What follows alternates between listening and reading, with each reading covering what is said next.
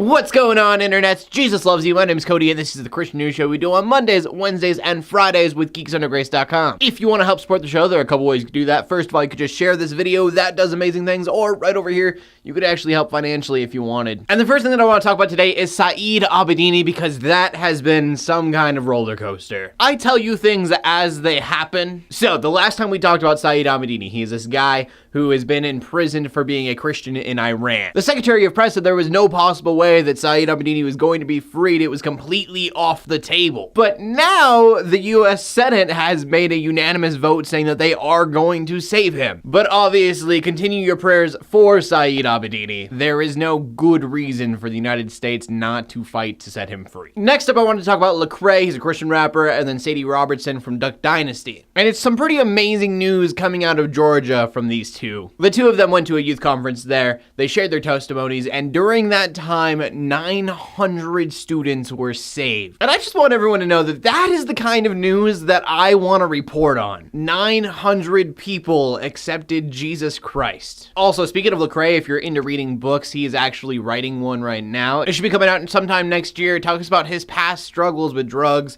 alcoholism, suicide. It's called Unashamed, and I think it's going to be a very powerful book. And our next story kind of contrasts from the last story we talked about. Though it's always great to talk about new people becoming Christians, there is also another side of this, and that is that atheism is an all-time high. And I feel like we've talked about this story a few times now, but the Pew has a new study out. 56 people are now not necessarily atheist, but nuns, which could be atheism, it could be agnosticism, or deism. But the number is very high. I do not think that it's a bad thing, though. Obviously, as a Christian, I want as many other people to be Christians as much as possible. But I think it's a sign of people being more honest about themselves, and that's definitely a good thing. You don't want Christians who have no idea why they're Christians. You want people who have actually experienced the love of God. Authenticity is a thing that is in right now, and I don't think that's a bad thing at all, says the man being as energetic as possible behind the camera. And the final story of the day is kind of a prayer request story. You may or may not have heard already, but there was a train that flipped in Philadelphia yesterday. 6 people are dead, 200 people are injured, which is a pretty big number when you consider that there were 238 passengers, and some of those aren't even accounted for. So it is a disaster. Nobody really knows what happened yet. Everything is obviously under investigation. And so I think it goes without saying, prayers out to everybody involved. A question of the day today is not going to delve too deep into your testimony. If you want to share it, you can.